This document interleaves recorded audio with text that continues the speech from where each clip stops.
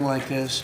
But not just him. Every president for 47 years, every president should have done this. They should have done it a long time ago, because you cannot give lunatics a nuclear weapon, and they would have had a big one. It stopped really when we did the B-2, but even before that, the Barack Hussein Obama, what he did where he gave them the Iran nuclear deal, gave them free will toward a nuclear weapon. Basically, he chose Iran over Israel and others that didn't want him to do it. But I terminated that deal. Had I not terminated that deal, you would have had a nuclear weapon years ago, and it would have been used, guaranteed. And one of the reasons you know about the guarantee is because their neighbors were sort of like bystanders. They weren't involved very much. They didn't choose heavy sides. They didn't want to, because people were concerned with Iran. There was a big black cloud over the Middle East. They were concerned, but all of a sudden the war starts, and they start shooting at these five, in particular, 5 countries. They start shooting at Qatar, Saudi Arabia, UAE, Kuwait, Oman. They start shooting at them, and everybody was shocked, including us. You know why?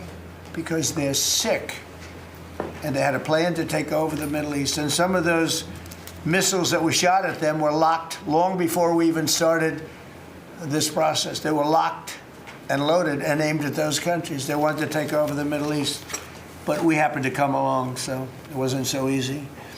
So right now their Navy is sunk in the largest elimination of a foreign Navy that has taken place, maybe ever, but certainly since World War II.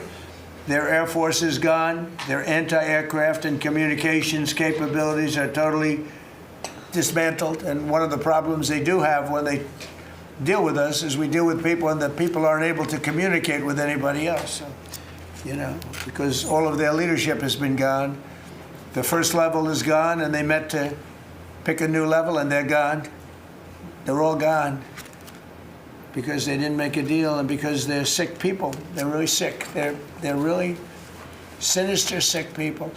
And if anybody thinks it was okay to have a group of people like this to have nuclear capability, nuclear weapons, and if we didn't attack with the B-2 bombers, they would have had a nuclear weapon within 2 weeks of that, maybe 4 weeks. But between 2 and 4 weeks, they were planning to have a nuclear weapon. If we didn't hit them at that time with the B-2 bombers, and one of the great air raids in history, maybe the greatest. Dark at night, no moon, no light. Every single bomb hit its mark and just obliterated that place. So it's now buried deep under earth. And it was an amazing thing, but they would have a nuclear, and they would have used it without question. And you know that because why did they shoot all these countries that weren't even really involved with them? They weren't involved. They had no big problems. Because they're sick, because they want to take over the Middle East, not just Israel. Certainly Israel would have been the first on their list. They would have used nuclear weapons, a nuclear, you don't need too many of them, but they would have used a nuclear weapon on Israel, and they would have used it on the neighbors, and then they would have come after us. And if we had a weak president, they would have done great damage, but fortunately you don't have a weak president. I knew what was happening, and I think we've been proven right. You know, they took one missile went 2,500 miles. They supposedly didn't have a missile like that. They had no missile with that capability. But they shot the now famous Ireland, the island that the UK was very afraid to give us because they didn't want to get dragged in. But we don't want to get dragged into their wars either. You know? It's one thing we're very disappointed, I'll say it publicly, we're very disappointed with NATO because NATO has done absolutely nothing. And I've always said, 25 years ago, I mean, I was somebody that wasn't a politician, but I was always involved in politics, and I understood politics. I said 25 years ago that NATO's a paper tiger, but more importantly, that we'll come to their rescue, but they will never come to ours.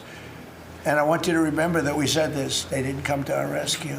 Now they all want to help. When they're annihilated, the other side is annihilated, they said, we'd love to send ships.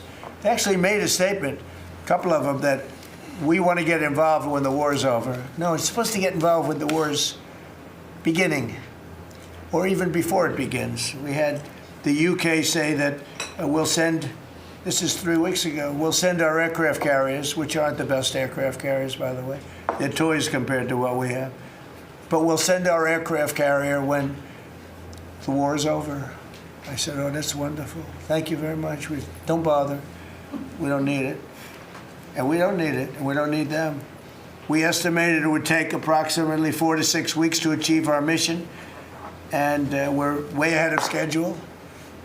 If you look at what we've done in terms of the destruction of that country, I mean, we're way ahead. Think of it, they have no Navy, and they had good ships. 154 ships have been shot down and are resting very nicely at the bottom of the sea. And we did that in a matter of less than a week. Because we have the greatest military in the world by far, nobody even close. So we estimated it would take approximately 4 to 6 weeks to achieve our mission. 26 days in, we're really a lot ahead of schedule. The Iranian regime is now admitting to itself that they have been decisively defeated. They're saying to people, this is a disaster. They know it. That's why they're talking to us. They wouldn't talk otherwise. But they're talking to us because they've got a disaster in their hands. They're defeated. They can't make a comeback. We're free to roam over their cities and towns and destroy all of their crazy nuclear weapons and missiles and drones that they're building. Oh, we're doing that. They now have a chance to make a deal, but that's up to them. And they'll tell you, we're not negotiating. We will not negotiate. Of course they're negotiating. They've been obliterated. Who wouldn't negotiate? They are begging to make a deal. We'll see if we can make the right deal. And if they make the right deal, then the strait will open up. Hormuz Strait will open up. And even now, we don't know if there are any mines. You know, they have 22 they call mine droppers. Think of it. Who would have 22 mine droppers? There's a boat that drops mines. Who has 22 mine droppers? Except for people with very evil intention. So every one of those mine droppers has been struck with the same weapon we used to stop drugs from coming into the United States of America. When we hit those boats, it's the exact same weapon, extremely effective. We have unlimited supplies and extremely effective. But they have no more mine droppers. By the way, speaking of drugs, we're 98% down drugs coming in by water, by the ocean, by the sea. 98%. And we're trying to find out who are the 2% because we think they're the bravest men anywhere in the world. Maybe women. But whoever's on those boats is very brave or doesn't watch television. But where drugs coming in by sea, coming in by water, are 98% down. And now we'll stop the drugs coming in by land. The land is the easy one. You had to stop the water. A lot of it came in through the water. Now it's all pinched. And these people are trying to come in by land. And we will, that's it. That's the easy one. But we had to take care of the water first. Nobody's coming in. Virtually nothing is coming in anymore. It was hundreds of millions of dollars a week were coming in by water. But they now have the chance, that is Iran, to permanently abandon their nuclear ambitions and to chart a new path forward. We'll see if they want to do it. If they don't, we're their worst nightmare. In the meantime, we'll just keep blowing them away, unimpeded, unstopped. Well, there's not a thing they can do about it. They can't do anything about it, you know. I tell you, if they could, you'd be hearing about it. You'd be hearing about it. You don't hear anything about it. They can't shoot our jets. We have the best military equipment in the world. No, not even a contest. And you see that with Venezuela. They had other equipment. They didn't have ours. It didn't work. Didn't work. Think of it. We did the situation in Venezuela. It was a great military operation, getting a very, very dangerous man who's killed a lot of people, forced people into our country. Incredible. He emptied his prisons in Venezuela, emptied his prisons into our country, and I hope that charge will be brought at some point, because that was a big charge that hasn't been brought yet. It should be brought. He emptied his prisons into our country and was a major purveyor of drugs coming into our country. and he's now been captured, and he'll, I guess be given a fair trial. But I would imagine there are other trials coming, because they've really sued him just in a fraction of the kind of things that he's done. Other cases are going to be brought, as you probably know. In the meantime, with Iran, we're going to keep doing what we've been doing, and nobody's a match for the United States, but they're not a match for the United States. It's small potatoes. That's why I'm so disappointed in NATO, because this was a test for NATO. This was a test. You can help us. You don't have to, but if you don't if you don't do that, we're going to remember. Just remember this in a number of months from now. Remember my statements. They have an expression, a great expression: never forget. Never forget. So as we end threats to America abroad, we're focused here at home on building the greatest economy in the history of the world. Now, before this started, the Dow hit 50,000. The S&P hit 7,000. Both of those achievements were not achievable. Every one of you, most of you, I guess, said you'll never hit 50,000 during a 4-year period because it was too high a number. Well, we hit it in our first year. And I said, well, now we have to take an excursion to Iran, and we have to stop this maniac who's no longer with us. The supreme leader wasn't so supreme, no longer with us. It's very sad. But we have to stop him from blowing up the world, blowing up the Middle East, and blowing up our country, and we did that. And frankly, I thought the oil prices would go up more, and I thought the stock market would go down more. It hasn't been nearly as severe as I thought. I think they have confidence in maybe the American president and maybe the people sitting around this table. But Americans filing their taxes this year are receiving record-setting refunds. It's been a very big story. Well, it should be a big story. I don't think you write about it that much, but I speak about it. I speak about it because if I speak about it, at least people hear. You don't write about it. You don't write about the drug prices going down. It'll be going down 30, 40, 50, 60%, 70%. Favored nations, called most favored nations, we're going to be paying the lowest price anywhere in the world. Before we paid the highest price in the world, Bobby, right? And now we're going to pay the lowest price in the world. That's quite a difference. It's a difference of from 40 to 70 and 80 and even 90%. That's a pretty big difference. But we're slashing regulations, and investment is pouring in from all over the world. We have the most investment of any country in history has been put into our country in the last year. And again, we had to take a little detour. Won't be long. Going to end soon. We had to take a little detour, go to Iran, and we had to put out a fire. Very dangerous fire that could have blown up big portions of the world, if not the whole thing. So tomorrow we'll be announcing a variety of actions that we're taking to support American farmers, who we never forget. We love the farmers. We gave them $12 billion out of tariff money. We had a tremendous amount of tariff money come in, and we continue to have. We've gone, as you know, the Supreme Court gave us a very unfortunate, foolish ruling, a ruling that gives the people that have ripped off our country for many years, gives them some money back. But it's one of those things. It's a terrible, terrible, horrible mistake they made, but it's okay because we have another method that's just as good. We'll use the other method.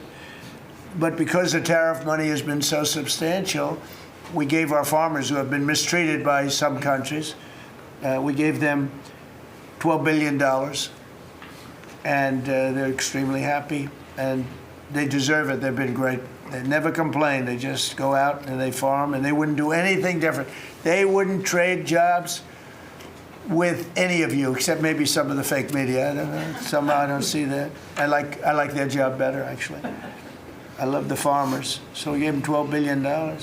So in just a few moments, Treasury Secretary Scott Bessent will discuss the actions that we're taking to address energy prices, which have not gone up as much as I thought, Scott, to be honest with you. And, it's not over, so maybe it'll go up a little bit more. It's all going to come back down to where it was, and probably lower. And my predictions have been right. Trump was right about everything. They have a new hat. Trump was right about everything. It's pretty right. But Scott's going to address that. And I think before we go very much further, I want to ask Vice President J.D. Vance to say a few words about where we are with the situation he's involved with Steve and with Jared on negotiations. And then some of the others will speak. We'll have Marco say a few words. Pete Hegseth, who was born for this role. I mean, he's doing a great job. They gave him a hard time. And now people, I'll tell you, somebody came up to me yesterday, gave you a very hard time, said, you know, I made a mistake. Pete Hegseth is doing a good job. Thank you, sir. So when I tell you who, you're not even going to believe it. He said Hegseth. He gave you such a nasty hard time. But you're doing great. And then Steve is going to speak, and Scott will speak last. And if we have any questions, we'll take some questions. You may have questions. I doubt it, but you may have some. So, JD, please. Yes, sir. Well, thank you. It's good to see everybody. Proud to be part of this team. Proud to be serving the president of the country. Let me just say a couple things. The first of all is the president summarized this very ably. But look, the Iranian conventional military is effectively destroyed. They don't have a navy. They don't have the ability to hit us like they could have even a few weeks ago. And what that does is that gives us options, Mr. President. Now, there's been a lot of reporting about diplomatic options, about negotiations. There's, of course, Pete and his team. There are further military options. But what we have now that we didn't have when the president took over just a little over a year ago is the ability to use every tool at our disposal to ensure that Iran doesn't get a nuclear weapon. Because when I say options, I think it's important the American people know options for what? And it's options to ensure that Iran never has a nuclear weapon. You talk about people who walk into a crowded supermarket and have a vest on, and they blow up the vest and a couple of people get killed, and that's a terrible tragedy. What happens when what's on the vest is not something that can kill a couple of people, but can kill many, many tens of thousands of people? That is the most important American national security objective that exists for any administration at any time, is you don't want the worst people in the world to have a nuclear weapon. That's why the president is doing this. That's why the president cares so much about this particular issue. I'll let Steve talk a little bit about the details of the negotiation, but the last thing I'll say before I turn it over to Marco is I'm very mindful, of course, that we have a lot of folks overseas fighting very ably for the United States of America. I know Pete and the whole team, we're very proud of them, but they're fighting at a time where we are about to enter as Christians the most important week of the Christian calendar, the Holy Week that celebrates the return of Jesus Christ to Jerusalem. And so I want to say to all of my fellow American Christians, but particularly those serving in the Gulf, that I wish you all a very blessed Easter, a very blessed Holy Week, and we continue to stand behind you and continue to support you every step of the way. Thank you, sir. Thank you very much. Marco? The most important job any president has is to keep the American people safe. And every president says it, but we have a president that means it and does something about it. As the president outlined very clearly to the world on the night this operation began, Iran has been at war with the United States for 47 years. For 47 years, Iran has been killing Americans and attacking Americans across this planet. And other presidents had an opportunity to do something about it. And they all warned about how Iran was dangerous, but they refused to act. And this president's not someone that's going to refuse to act. He's not going to leave a danger like this in place. He's going to address it, and that is what he is doing. From the very first night of this operation, the president made it very clear. People like this, and now what I'm talking about is not the people of Iran.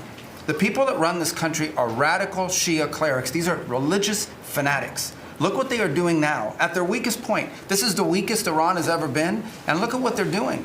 They're attacking embassies. They're attacking hotels. Imagine what these people would do if they had a nuclear weapon. That is an unacceptable risk for the world. By the way, the president's not just doing a favor to the United States and to our people. This is for the world. He defined very clearly on the first night of this operation what the goal was. We were going to destroy Iran's navy, and that is happening. We were going to, if it hasn't already happened, I'll let Pete speak to the specifics of it. We were going to destroy their missile launching capabilities. We're well on our way to achieving that goal. We were going to destroy the factories so they couldn't make more missiles and more drones. And that is moving forward. Every single objective the president clearly laid out on the first night of this operation is being effectuated. Again, Pete will speak to the specifics of it. This has been an incredibly successful operation. Every day, it may not get covered because, you know, we're unlike them. We're not bombing embassies and hotels. We're hitting military targets. But every day, the Department of War lets the drummer get wicked over every portion of Iran that has these military capabilities, and the results are going to bear fruit for the world. The world is going to be a safer and a better place when President Trump's mission here is achieved. And frankly, I think countries around the world, even those that are out there complaining about this a little bit, should actually be grateful that the United States has a president that's willing to confront a threat like this and not allow it to continue to persist. Because these people will kill as many Americans as they have a chance to do, and if they have a nuclear weapon, as the Vice President pointed out, they could kill millions of Americans in the future, and that is a risk that was not going to continue to exist as long as we had this president. Thank you, Marco. You know, it's very interesting because yesterday I was watching, is it Anthony Blinken? And he was saying that they should have done it. But they didn't do it. Nobody did it. Nobody did it. For 47 years, Marco, that's the number, 47. I guess now it's 48, because we've been saying 47 for a long time. It's probably 48. But for 47, 48 years, every president should have done this. And some are saying now that they made a big mistake in not doing it, but we're taking care of business. Steve Witkoff, please. Mr. President, it is my distinct honor to be a member of your cabinet and to report to you and your team on our negotiations with Iran. Mr. President, you directed Jared and I to pursue a diplomatic resolution with Iran prior to Operation Epic Fury, which we did. However, it became quite clear during these meetings with the Iranian negotiating team that we could not make a deal that fulfilled your objectives of the following: no enrichment whatsoever, no chance of weaponizing whatsoever, decommissioning of Fordo, Natanz, and Esfahan, which you destroyed in Operation Midnight Hammer, no stockpiling of any material, which they flagrantly violated, turning all enriched material over to us, and a cutback in Iran's missile inventory and range capability of those same missiles. Throughout our meetings with the Iranians, we heard the following from them. The Iranians have the inalienable right to enrich.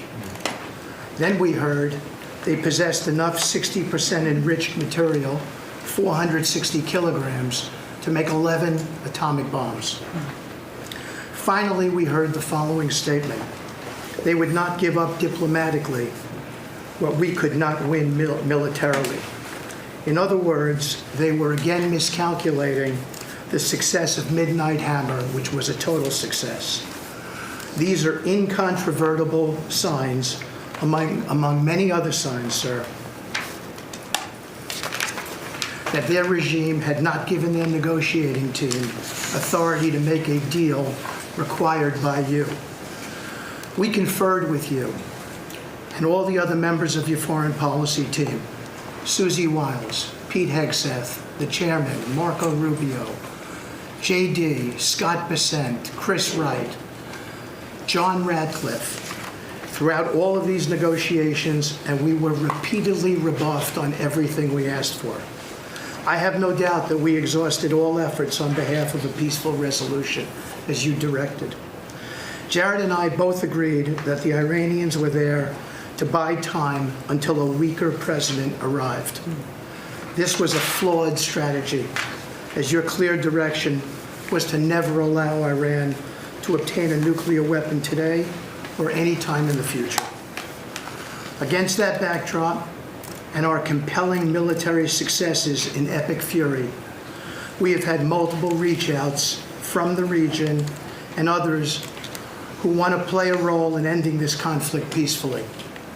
I can report to you today that we have, along with your foreign policy team, presented a 15-point action list that forms the framework for a peace deal. This has been circulated through the Pakistani government, acting as the mediator. And this has resulted in strong and positive messaging in talks, as you just indicated to the press. But these are sensitive diplomatic discussions, and you have directed us to maintain confidentiality on the specific terms and not negotiate through the news media as others do. I can say this: we will see where things lead, and if we can convince Iran that this is the inflection point with no good alternatives for them, other than more death and destruction. We have strong signs that this is a possibility, and if a deal happens, it will be great for the country of Iran, for the entire region, and the world at large. Your policy of peace through strength is the most effective tool for a diplomatic resolution here, just as this policy was an effective tool in each and every one of all of the other conflicts you settled in your first year. Iran is looking for an off-ramp following your powerful threat on Saturday. Your indications that you are willing to listen to peace proposals have been well received. You have instructed us that your preference is always peace, and that we should make that our priority. We have delivered that message, sir, along with the 15 points for peace. Finally, we have told Iran one last thing. Don't miscalculate again. Good. Thank you very much. Good job. Doing a great job. Everybody around this table is doing a great job. Pete Hegseth, please. Mr. President. I'll start kind of where you left off, Mr. President. Thank you for doing the work of the free world and having the courage to step up and stop the Iranian terror regime from holding the world hostage. That's really what it is. And 27 days ago, Iran had a modern military. Never in recorded history has a nation's military been so quickly and effectively neutralized. Operation Epic Fury is not an endless war. It's a decisive campaign with clear objectives to destroy Iran's offensive military capabilities and ensure they never obtain a nuclear weapon. This is stuff for the history books. This is stuff for legacy. Mr. President, you are acting now to ensure future generations do not have to live under the threat of a nuclear-armed Iran. However, you wouldn't know it if you listened to the dishonest hate Trump media, as you referenced. The folks here in the room, these cameras, they have a choice.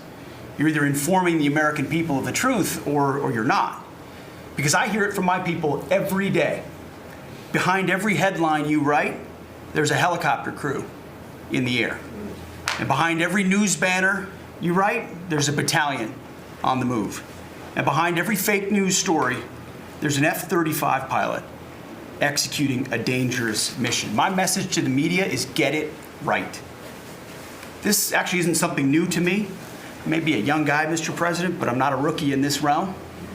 In 2007, I helped lead the surge, the public fight for the Iraq surge. Stood and watched people stand in the Senate and declare the war is lost before it even started. Who was that? It was Harry Reid.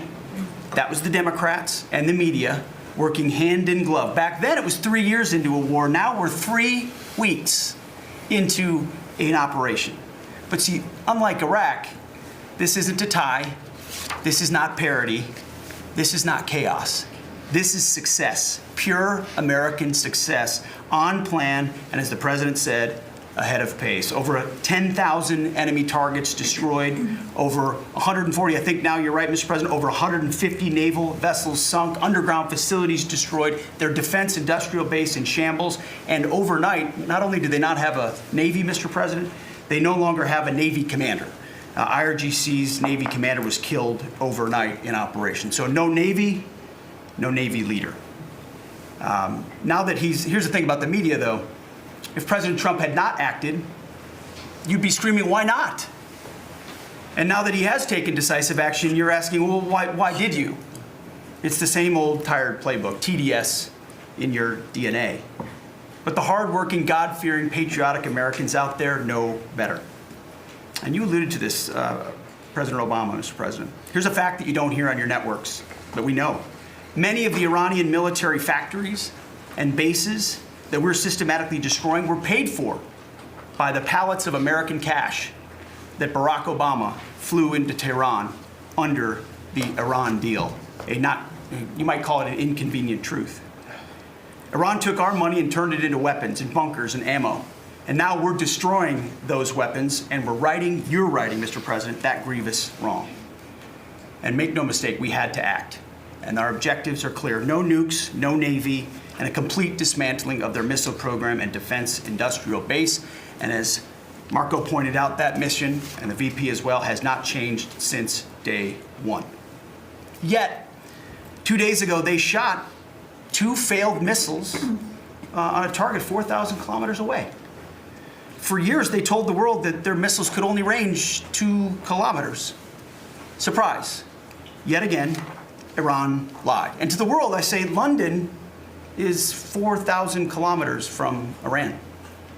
Washington, D.C. is 3,300 kilometers from Venezuela, another country President Trump did something about that partnered for a long time with Iran. So you're telling us that Iran is not a threat to the world or to the U.S. President Trump knows better. And here's what success actually looks like right now. You mentioned it, Mr. President. A-10 Warthogs, if you know them, you love them, and Apache helicopter gunships are flying strike missions inside Iranian airspace and throughout the Strait of Hormuz at will. See, you only send these slow, low-flying, close air support platforms when the enemy has no meaningful air defenses left. Their presence is proof that Iran's air defenses are gone. Their command and control is shattered, their top leaders hiding in underground bunkers, while their mid-level commanders are being crushed in the field, the morale of their fighters plummeting, and we see that disconnect daily. They're privately admitting, as you said, Mr. President, very heavy losses. We know that. President Trump has given us a clear mission. Our capabilities are only going up and Iran's are plummeting. We are here to win, and we're full speed ahead. So, Steve, we appreciate your efforts. We pray for a deal, and we welcome a deal. And we have the ultimate deal maker to make it happen. But in the meantime, as I said yesterday, the Department of War will continue negotiating with bombs. War is negotiation by other means.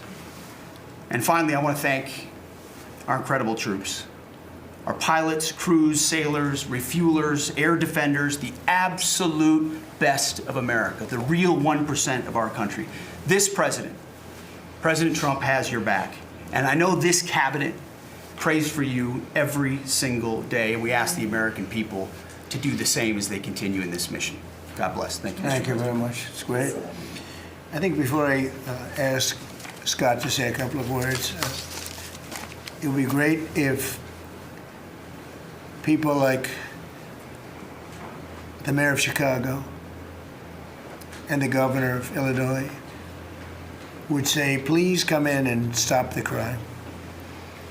A beautiful young lady was killed the other day, and the father was a very good friend of Dan Scavino, and he took it very hard. Dan took it very hard, like the father, friends.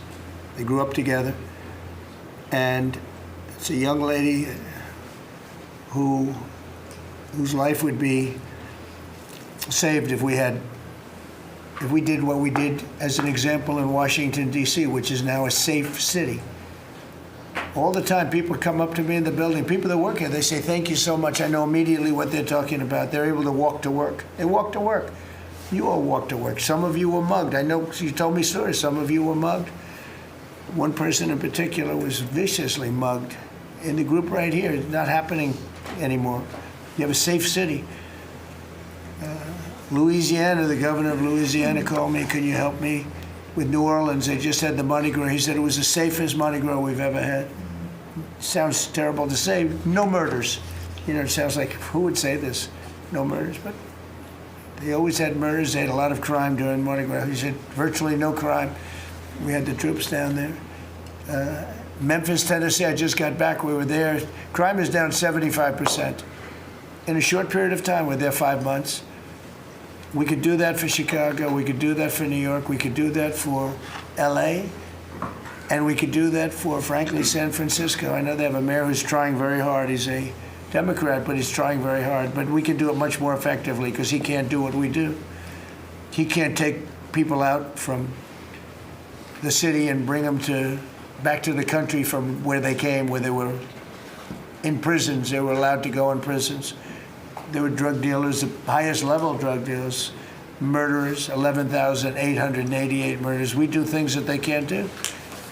I had friends calling me up from San Francisco. Could you give him a chance? I said, absolutely. If you want him, we'll give him a chance. And he's trying. He's doing okay, but we could do much better.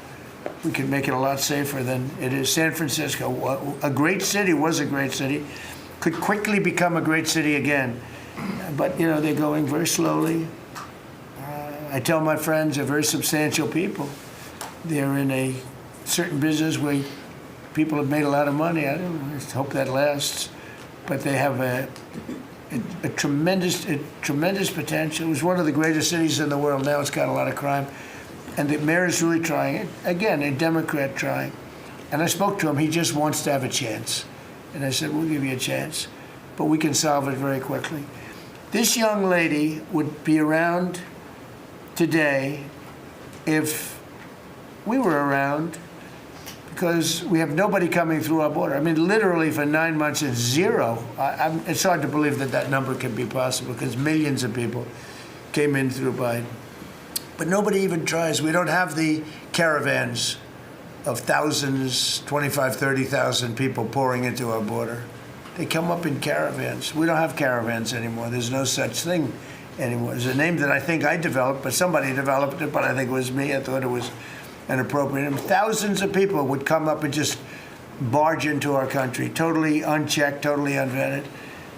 And this man came in, Dan, right? And he came in through the ridiculous open border of Biden. If we were there, the election was rigged. What are you going to do? Came back, big comeback.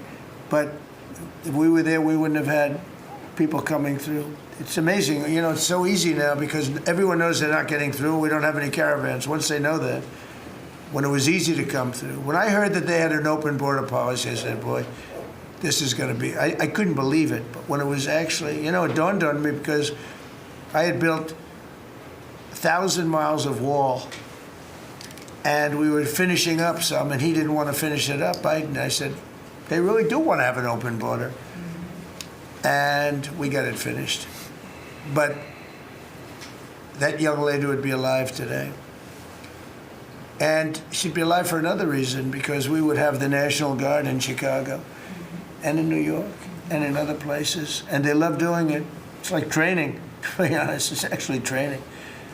I never want to take them out of D.C. I mean, maybe somebody later on will do it, but I never want to take. You know, the people, they look, they say, we feel so good, we feel so safe. We see these beautiful, strong people, and they're so nice. They help.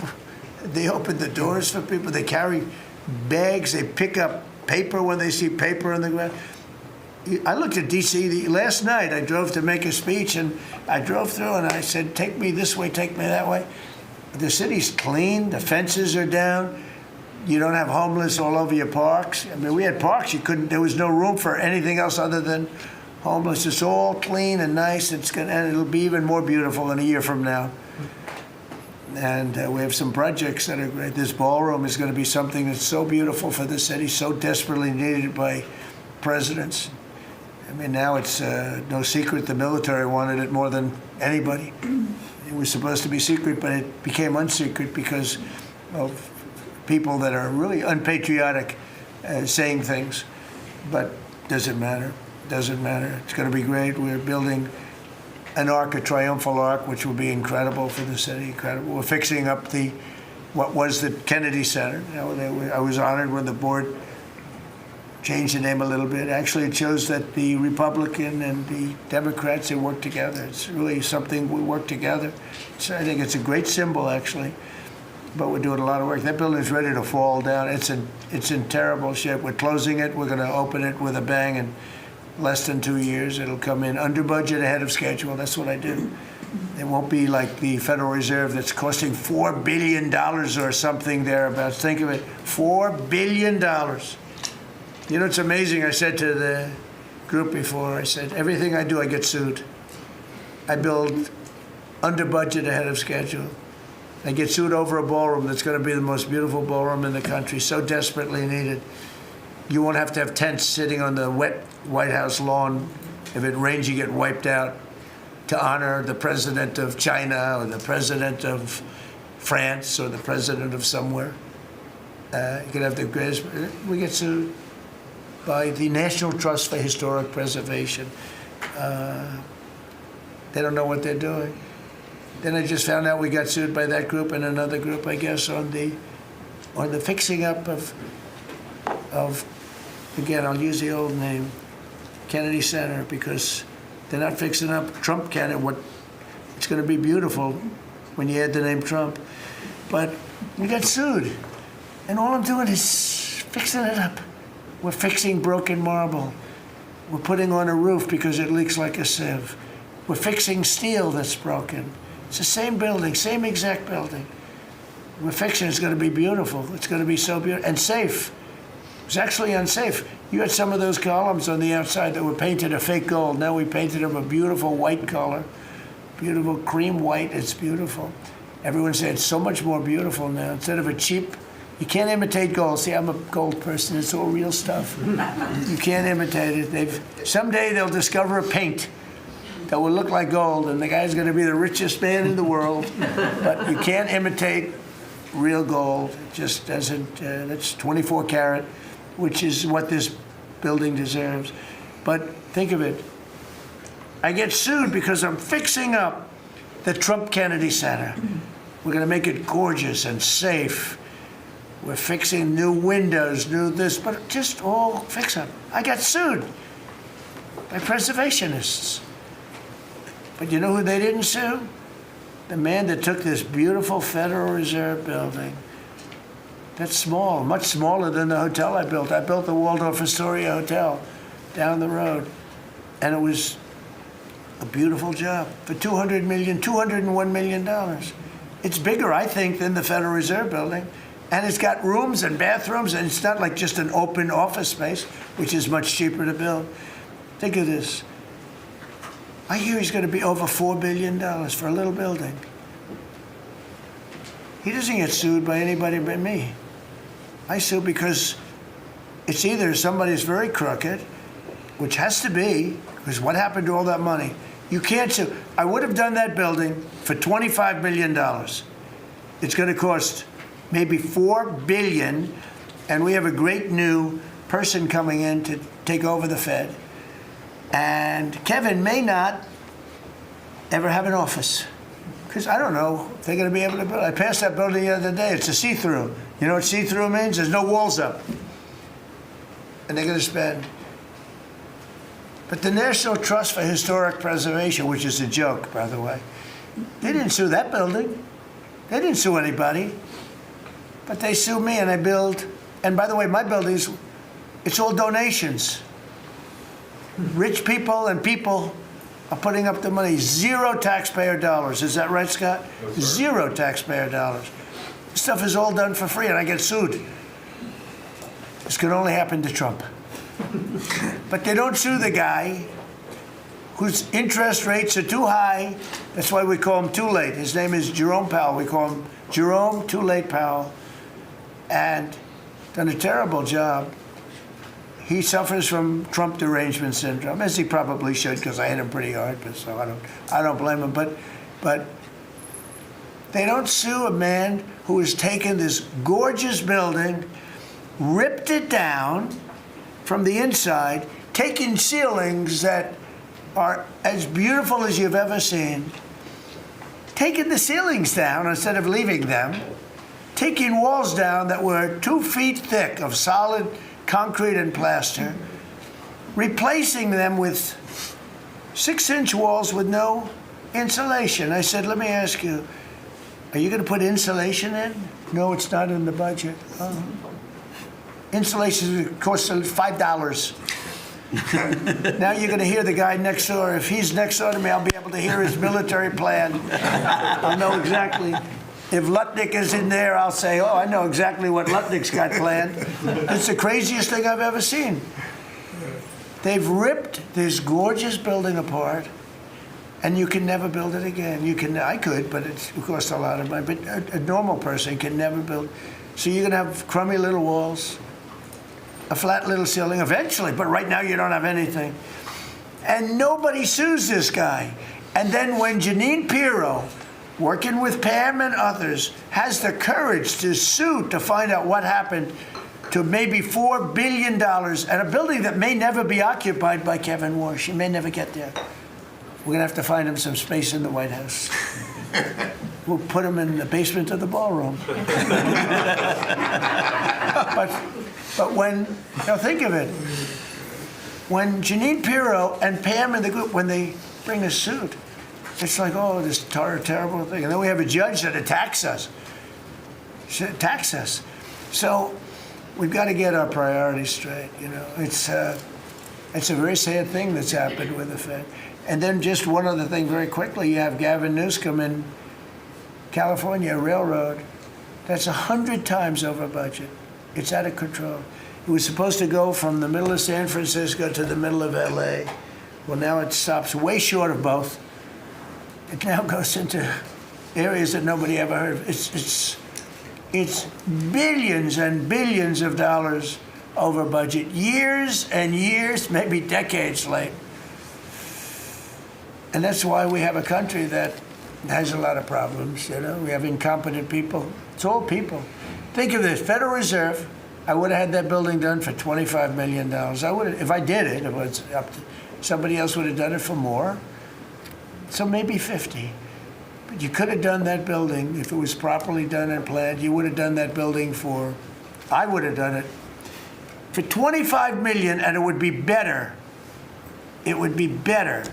See this pen right here? This pen is an interesting example. It's the same thing. So this pen is very inexpensive, but it writes well.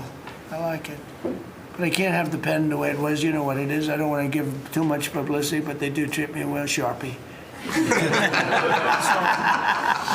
So I came here, they have $1,000 pens.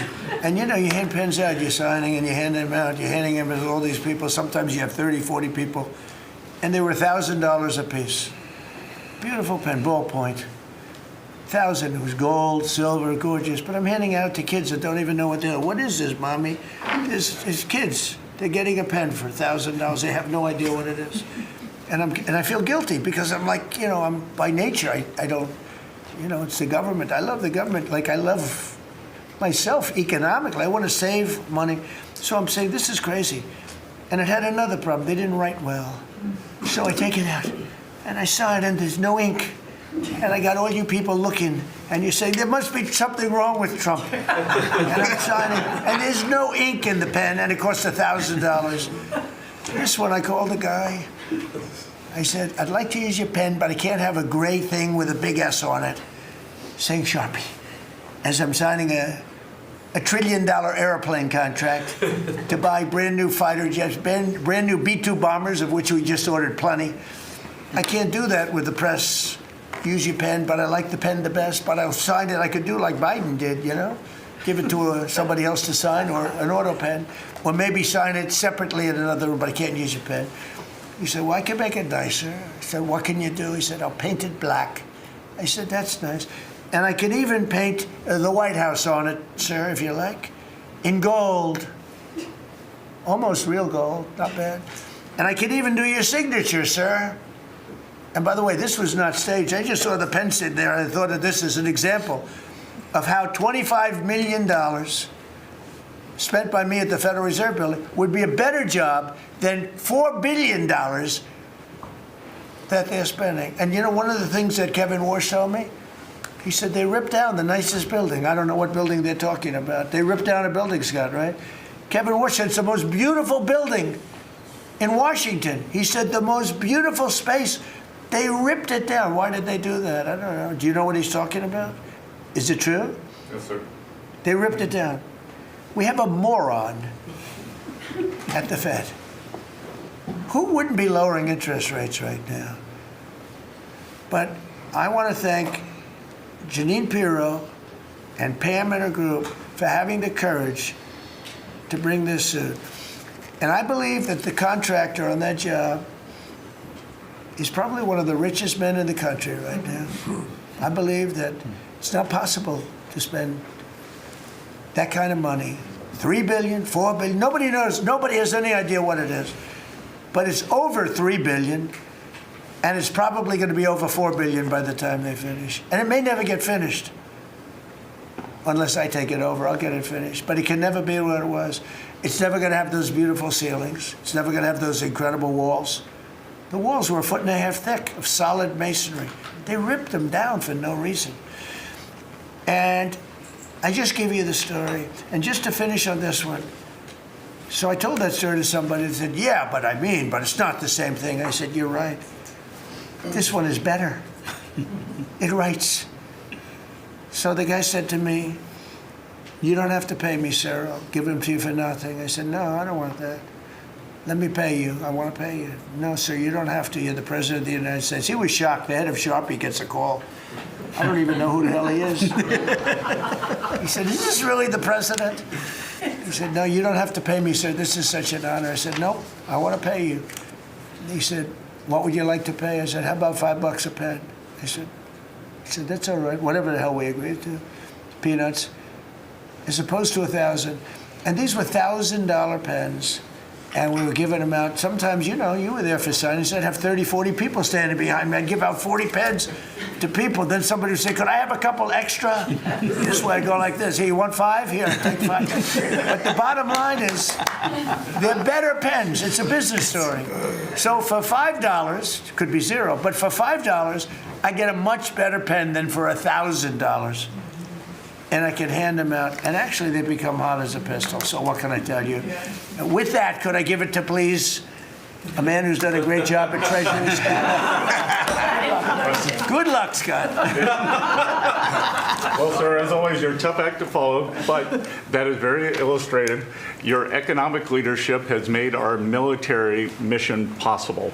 Mr. President, national security, as you always say, is economic security.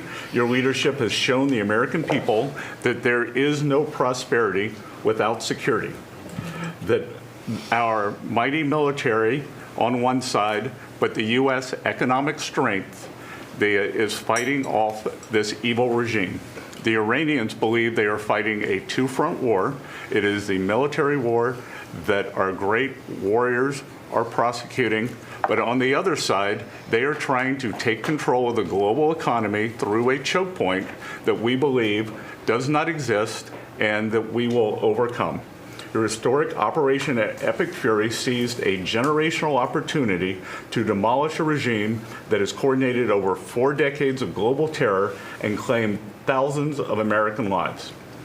Many people, especially the Democrats, underestimate the will of the American people for short-term volatility for 50 years of safety that we are going to have on the other side of this.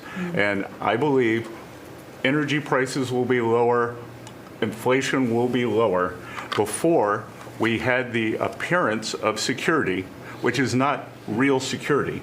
Now, the American people and the world will have absolute security. Through your maximum pressure campaign, Treasury has worked to uncover all financial lifelines through the regime and cut them off. You gave that order last March. This was not something that happened overnight. This is something that has been contemplated for almost a year. The Iranian financial system collapsed in December.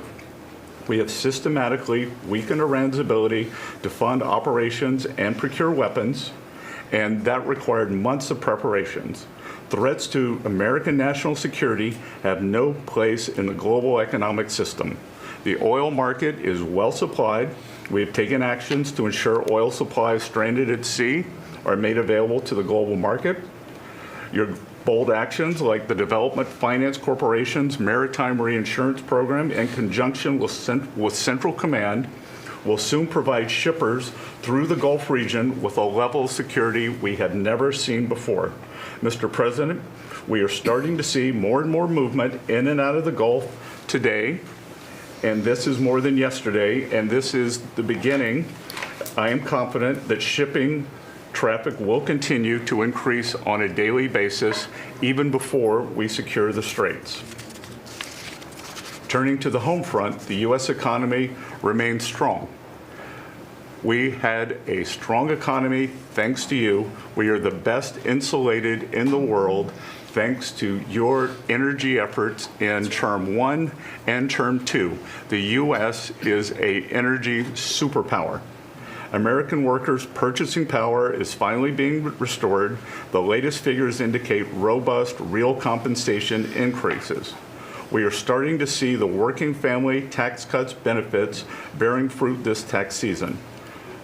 44% of tax returns have claimed at least one of your signature policies: no tax on tips, no tax on overtime, no tax on Social Security, deductibility of auto loans. The average tax refund is up more than 10% for working Americans. The economy you vitalized through your pro-growth policies is well positioned to withstand these temporary disruptions. The United States dollar has reasserted itself as a safe haven asset. The U.S. dollar has appreciated since the hostilities began because everyone knows, thanks to your efforts, the U.S. economy is the best position in the world and capital is flowing in. Efforts to reprioritize economic security are ensuring the United States remains secure, resilient, and prepared for the challenges ahead. As we approach the 250th anniversary, America will never be safer and more secure militarily and economically. Thank you. I just want to ask you a question. Is this guy central casting? I'm looking at him. I'm in Treasury. He might not be so good for war. I don't know. Pretty good. No, I'm looking pretty good too. I'm looking at this guy. He's central casting. Even the glasses are perfect. Where do you get those glasses? I think I'm going to get glasses like that. That's beautiful. Great job. That's really good. No, he's done a great job, and you all have. Proud of you all. Do you have any questions? Yes, Mr. President, are you going to go in for the uranium? Like, how do you secure Iran and... Let's assume I was or I wasn't. Why would I ever answer a question? Can you accomplish What your kind of goals a without question? Am I going to go in for the... Oh, yeah, I'm going in. We're going in tomorrow at 3 o'clock. How could you possibly ask a question like that and expect an answer? I don't know. But I don't know. I think you're a friendly person, too. It's just such a ridiculous question. Mr. President, Please. Thank you, Mr. President. There's been a report that potentially the U.S. is looking at diverting some munitions, air defenses that were meant for Ukraine to the Middle East. Is there any accuracy to that? Is that something you're considering? Well, I'd have to ask me, but we do that all the time. You know, we have tremendous amounts of ammunition. We have them in other countries, like in Germany and all over Europe. We have, you know, we're packed. And sometimes we take from one and we use for another. We helped Ukraine. Biden started, and he gave $350 billion away, way too much. And we sell it now to NATO. We sell it to NATO, and they probably give it to Ukraine, mostly, I think. They give it to Ukraine, but we get paid for everything that we give. We don't give anything anymore. That's a tough situation, that whole Ukraine situation, very, very tough. We're working very hard on getting that one solved. It doesn't have any impact on us, virtually nothing. In fact, if anything, I mean, we sell a lot of equipment for that unfortunate war. 25,000 people died last month, 25,000, so mostly soldiers. Some in the towns, but for the most part, soldiers. They're dying. Nobody's seen anything like it since World War II. It's a terrible situation, and hopefully that's going to get settled. You know, I settled 8 wars. And many of them, I think, were more difficult than this one. In theory, they were more difficult, but there's tremendous hatred between President Putin and President Zelensky. Tremendous hatred. I've seen it before, but I've never seen it maybe to this extent. And I think that's calming down a little bit, and I think we have a chance of getting it done. But it doesn't affect us. Thousands of miles away. That's why when I heard the head of Germany say, "This is not our war," about Iran, I said, well, Ukraine's not our war. We helped, but Ukraine's not our war. I thought it was a very inappropriate statement to make, but he made it. You can't erase it, but he felt that way. I said, well, you know, Ukraine's not our war, and it's not, but I would like to see all those young people stop being killed. I mean, they're being killed. It's like a slaughterhouse. What's happening there is horrible. 25,000 on average. 2 months ago, it was 31,000 people died in 1 month, Marco, right? I said, it's getting crazy. It's getting worse. Think of it, 31,000 soldiers, both Russian and Ukraine, died 2 months ago, 25,000 last month. And if I can solve that, it would be a great honor to do it. I wish it could have gone faster. I solved other ones in 1 day that have been going for 32 years. We stopped one that was starting, it was already started, India and Pakistan, and the Prime Minister of Pakistan, a very fine gentleman, said President Trump solved something that was going to cost 10 million lives. That was going to cost a lot of lives, 2 nuclear nations. And those were complicated, but we got them done quickly. This one is, it's a shame. And the only reason I'm doing it, frankly, is because I want to stop death. I want to stop the death from happening. I think I'm going to go with a man that I've missed, Brian. I haven't seen you in a long time. I miss you. He's been in a very strange location. I don't know. He's had a strange thing happen. But anyway, go ahead, Brian. Well, good to see you too. Actually, good to see the entire cabinet here, Linda. Good to see you too. You talked about gas prices coming down. Yeah. Obviously, they will. But would you ever consider suspending the federal gas tax in order to kind of temporarily alleviate some? Well, some people should do that. As an example, in California, every time prices go down, his prices go up because the gas tax is bigger than the tax itself, bigger than the product itself. It hasn't. I mean, we've thought about it, I guess, but honestly, when I did this, I knew it was going to be a little bit. We had the greatest economy ever. We had the greatest stock market in history. I said, we're going to take a little bit of a hit, a short-term hit. It's going to end up going much higher than it was, in my opinion. I said we're going to have a great stock market. Nobody thought we could get to 50,000 or 7,000 in the respective indices. Nobody thought that was going to happen, but it did in the first year. They said it couldn't happen in 4 years, that you wouldn't hit 50 in 4 years, but you could maybe get close. We hit it in the first year. And I said, this is a good time to solve a problem that you had to solve. And that's what I did. But the gas tax, people have talked about it. It's something we have in our pocket if we think it's necessary. And if I can follow real quickly, you just recently took off, Secretary Duffy, 17,000 truckers off the road that quite frankly could not speak English, which is a safety issue. Yeah. Could we ever extend that to Uber drivers, Lyft drivers, cab drivers, for someone who takes a lot of Ubers? A lot of my drivers can't speak. Oh, well, that's not good. I didn't like that. Go ahead, John. So that's a really good point. The problem is that our states are the ones that issue these licenses. So with commercial driver's licenses, we do have some federal control. But again, we have thousands of people who can't speak the language, long-standing rule, and it's a safety issue, right? If you can't understand road signs, if you can't communicate with law enforcement when you're pulled over and communicate what's on your rig, huge problem.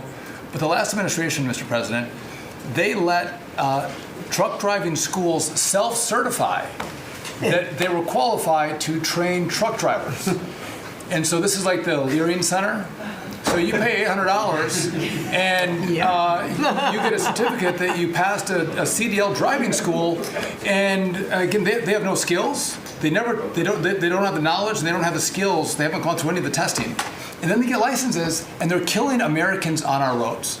So it's remarkable, the rot that the last administration allowed to take place. We are ending that, and I need partnership with our states. Even California started to come on board. Even Gavin has started to play ball with us, which is surprising.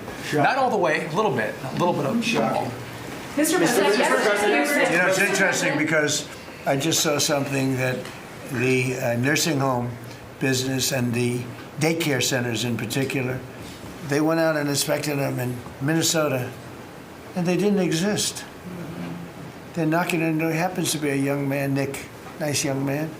He's done a very good job. They're knocking on doors.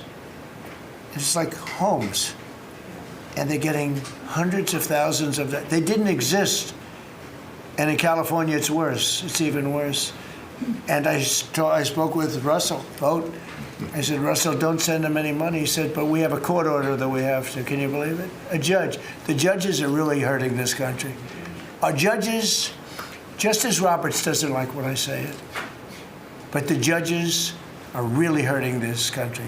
And frankly, the justices, the Supreme Court, has really hurt our country too. Mr. President, do you have a new deadline, given that there are some talks now? Do you have a new deadline before taking? No, I'll announce it. I mean, right now, you're talking about a deadline for doing some pretty big damage, even bigger than we've done. We'll see. Well, look, we have very substantial talks going on with respect to Iran, with the right people. You know, I told you about a present, right? Steve, can I reveal the present? You can do anything you want. Thank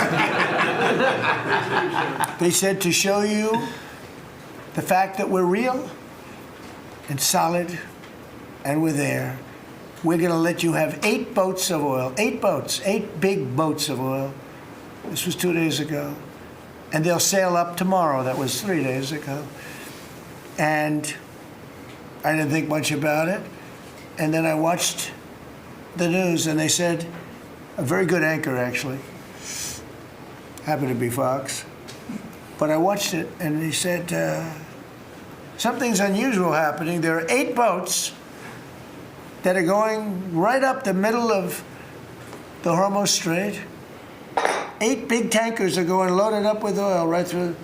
And I said, well, I guess they were right, and they were real. And I think they were Pakistani flagged. Yes. And I said, well, I guess we're dealing with the right people. And actually, they then apologized for something they said, and they said, we're going to send 2 more boats. And it ended up being 10 boats. All right, I hope I haven't screwed up your negotiations, but I thought it was appropriate to say, because I did taunt you the other day by saying they're going to give us a present. There were 2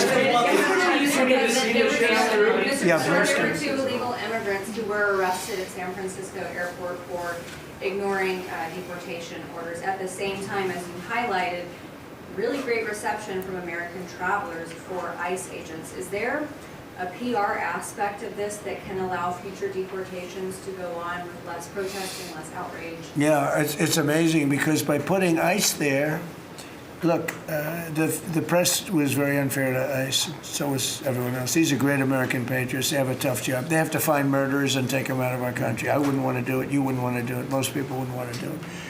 They do it. And, 11,888 murderers. And that's murderers. That's not drug dealers. That's not lots of other things. It's not people from mental institutions. Entire jail populations were released from major countries and let into our country through the open border. And ICE has done an amazing job. I wouldn't want that job. It's a tough job, dangerous job. So what happens is, by putting them at the airport, and I just said, do me a favor, take off your masks. And they did. For that, not for when they're looking for some, cold-blooded killers and they're in the, but for that. And they did. They took them off. And the passengers, I see the interviews of people, they're saying, these are nice people. One person said, he's a very strong man, but he's a nice guy. He grabbed my bag. He helped a woman with a bag that she couldn't lift. And I'll tell you, I don't want to use the word rehab because there was nothing to rehab, but rehab from the press, because the press is so tough on them. And these crooks in Minnesota, these crooked politicians and dirty cops, they're dirty cops, they're dirty politicians. Waltz is a dirty, crooked politician. The Attorney General is a crooked guy. He's no investigations, and I hope JD's going to do a great job. He's in charge of it now with somebody who's very talented. But I think it's easy stuff. They say $19 billion, think of it, is missing. $19 billion. If we would solve half of the fraud problem, Pam, in this country, we would have more than a balanced budget. We'd have a surplus. And in the case of Minnesota, it's very Somalia-oriented. Think of it. These people come from a crooked country, disgusting country, one of the worst countries in the world. Acknowledged to be one of the worst countries in the world. Some people say it's the worst. They have no money, they have nothing. They come to our country, low IQs, and they rob us blind. Stupid people. And they rob us blind because we have crooked politicians and we have dirty cops. The Attorney General's a dirty cop. It's my opinion. It's only my opinion. And something should be done about him. Let's see what kind of job he Mr. can President, do. yesterday you said that you hate mail-in ballots. Excuse me? Should Iran be able to charge a toll for the Strait of Hormuz? They're charging some vessels to go through. Oh, yeah. Well, should they be able to? I mean, they shouldn't be able to, but they're doing it a little bit. I don't know. Look, their capability is a lot less than it was 2 weeks ago. And with every week and every day, frankly, it gets less and less. All I can tell you is they're begging to make a deal. So let's see what happens. We may make a deal.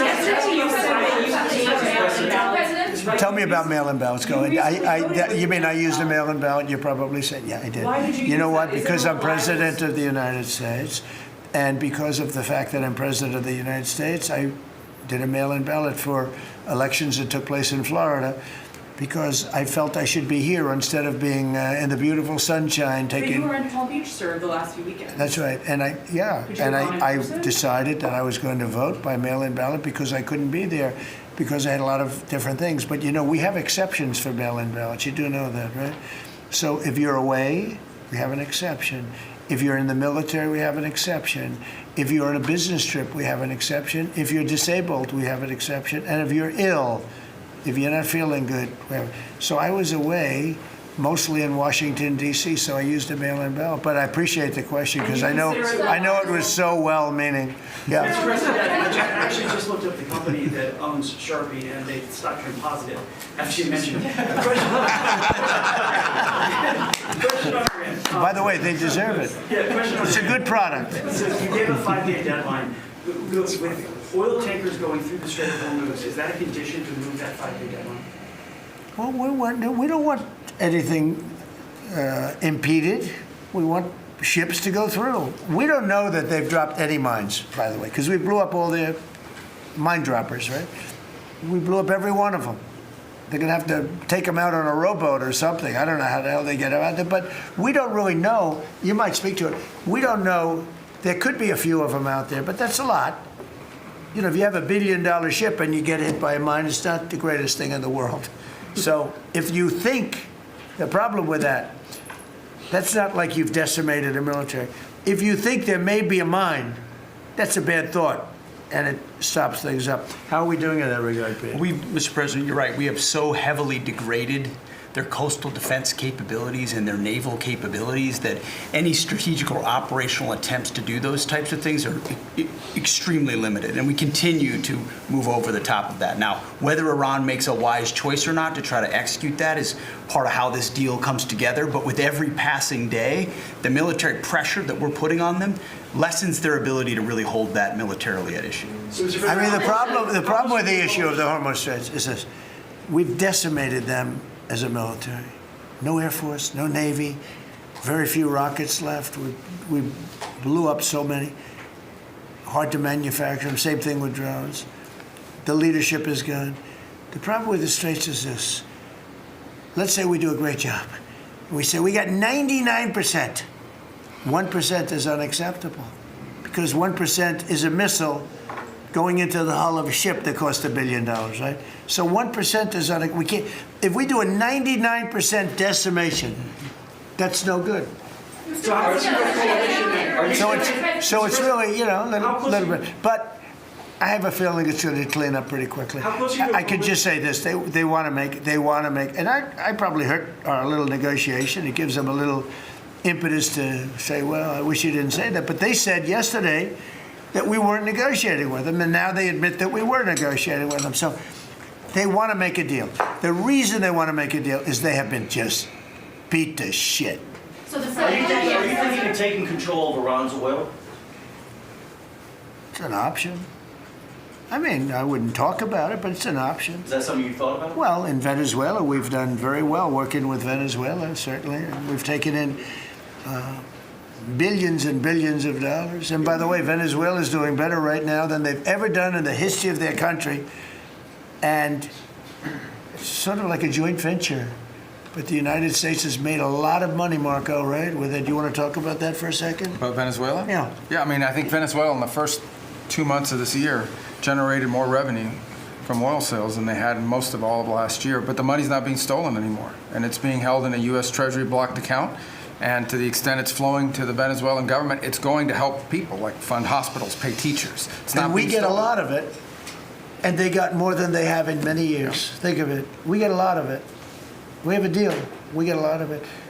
We had 100 million, think of this, 100 million barrels we took in the first 2 weeks. 100 million barrels, that's a lot of oil. It's a lot of ships. And we got some and they got some. We paid for the ships. A lot of money left over. And Venezuela has done better now with us. Call it a partner, call it whatever you want. We've made a lot of money and they've made a lot of money. We've paid for the cost of that military hit many, many times over. And we've only just started. Our relationship with Venezuela has been amazing. The people, actually, I'm the highest polling person. In other words, after the presidency, I think I may go to Venezuela and run for president against Elsie. I may run against Elsie. It's an option. No, they like me in Venezuela, but it's an option for me. It's a wonderful option. Yes. There's some reports that Gulf allies are concerned about winding down the war too soon and potentially leaving Iran. Well, they'd probably like us to stay, but the concern. If we don't stay, look, it's a beautiful thing about airplanes that go 2,000 miles an hour. You can get back there very quickly. If we don't stay, we're going to be protecting them. We know, they've been very good. Hey, Qatar, Saudi Arabia, in particular, Qatar, Saudi Arabia, UAE, the three of them, Kuwait, Bahrain. They've been 100%. Now, in all fairness, they could have gone the other way. They were surprisingly missiled. They were shot at. Nobody ever thought they'd be shot at. UAE had 1,400 missiles aimed at them. Fortunately, they had the greatest anti-missile weapon in history called the Patriot. Almost every single missile was shot down. We had an incident recently where 101 missiles were shot at a certain thing that we own that's very valuable. 101 missiles going 2,000 miles an hour. Out of the 101 missiles, every single one of them was shot down in midair and fell into the ocean. It's amazing technology. There's nobody has equipment like we have. Is it even possible to wipe down the war while Iran still has that enriched uranium? Is it even possible Well, to wipe you're down? going to have to see, but, I think we're in just very good shape. We're roaming. You know what we're doing? You know the word roaming free? We're over their skies with the most beautiful planes you've ever seen. Roaming free, there's not a damn thing they can do about it. And it would be nice if, like the fake news New York Times, which writes so fake, and the Wall Street Journal is terrible, terrible. I read a story today that I'm desperate to make a deal.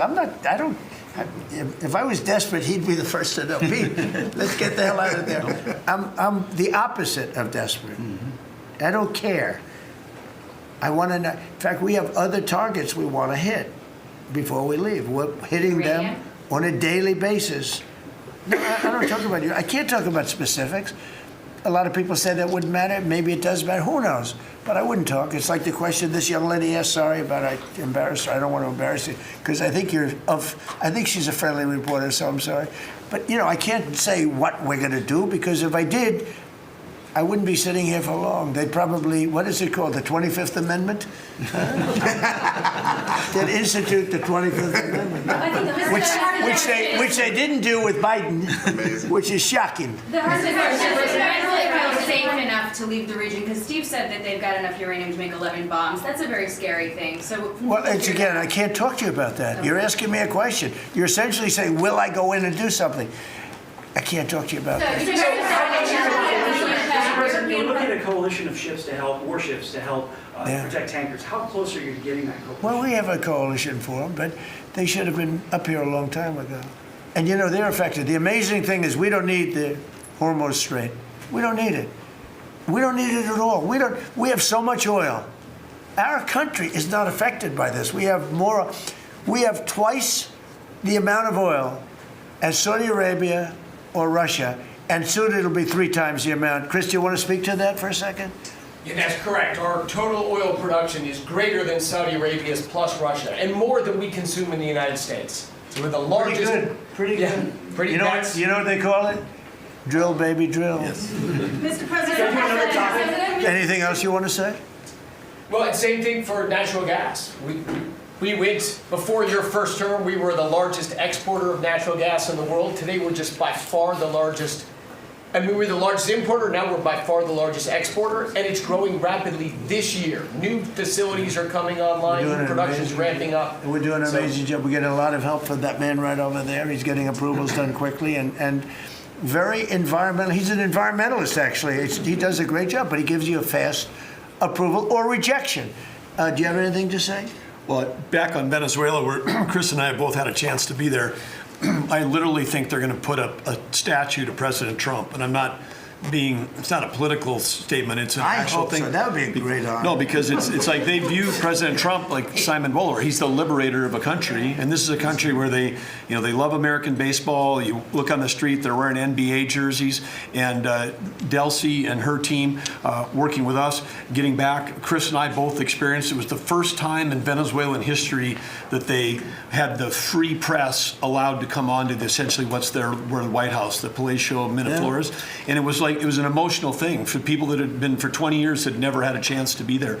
So whether it's and then production, it's showing up in production. The American companies that are coming back, most of those American companies have many American Venezuelan team members. One company in Houston's got 600 Venezuelan Americans that know more about reviving that industry. So their GDP is 1/4 of what it was before. They want to get back. They remember what it was. Their production on oil production is climbing towards 50% increase just in the 3 months we've been here. That flows to American refineries on the Gulf Coast, lowering the price of gas in America. So it's a Forget that. When are they going to do the statue?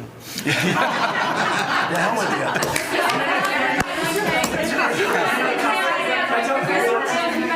Thank you. You've been really honest about how disappointed you are in Sir Keir Starmer, particularly in relation to Iran. So I'm curious about your phone calls with him, how easy they might be. And also, were you surprised by... Are we talking about Starmer? Yes. And are you surprised by how weak... I think he's a lovely man. I do. I think he's a lovely man. But I think he did something that was shocking. He didn't want to help us. And maybe in particular that country, we were the longest bond, the longest ally. Australia, too. Australia was not great. I was a little surprised by Australia. I wouldn't say anybody was great other than the 5 countries in the Middle East. We never really had very much support. We spend trillions of dollars supporting countries, and this is Little League. This isn't the big league deal. This is sort of Little League pool for us. This was look, we decimated them in a period of a week. In the first week, it was over. In the first few days, it was over. I think the Navy took us 3 days to essentially annihilate that. They weren't there. So if there's ever a big one, which I hope there's not, but if there's ever a big one, I don't think they're going to be there. And that's not fair. And we have to remember that as a country, because we spend trillions of dollars protecting Europe, protecting the countries of NATO. They weren't there for us for small time. This is small time. You know what? Venezuela is a big deal, but it's not the big one. They weren't there. So what makes you think they'd be there if we needed them for something? And your prime minister was not there, as you know. He was there after we won. He said, we'd like to send some ships. I said, we already won. We don't need them anymore. But can you explain why he was reluctant to help? Why he what? Why he was reluctant to help with Iran? He didn't have to. I didn't ask him. I just said, just tell me, no. I mean, we're always going to be there, or at least we were. I don't know about anymore, to be honest with you. I would have to be honest. We were always there when they needed help. We always would have been there when they needed help. I mean, think of it. We're there to protect Europe from Russia. In theory, it doesn't affect us. We have an ocean, big, fat, beautiful ocean. But we're there to protect NATO, to protect them from Russia. But they're not there to protect us. It's ridiculous. It doesn't make sense. I tell you, a lot of people were big NATO people. I was never big. It was okay. I got them to pay 5%. By the way, they haven't paid it yet. You know that. I got them to pay 5% from 2% to 5%. They didn't pay it yet. I got them to pay up to 2% because they weren't paying the 2%. Then I got them to pay 5%, which they should be at. And we had a lot of, that was great. Oh, only Trump could do it. But the problem is they haven't paid.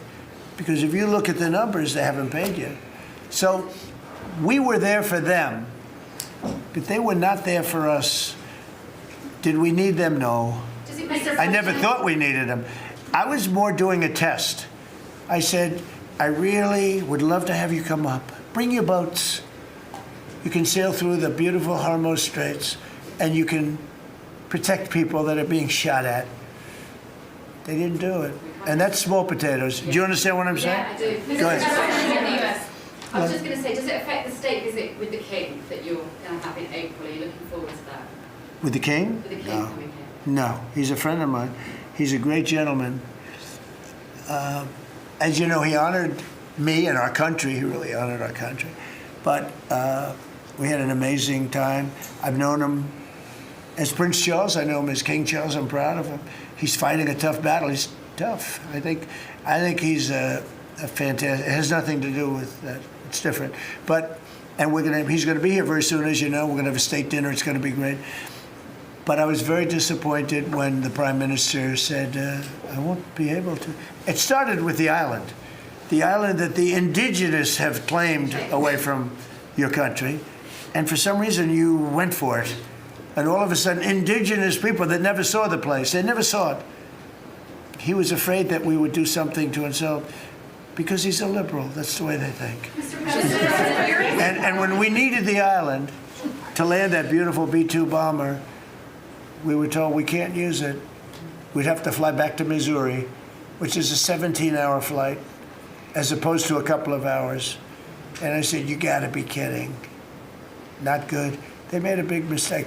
Mr. President, is the Friday deadline for Iran, is that pushed back now, and if not? I don't know yet. I don't know.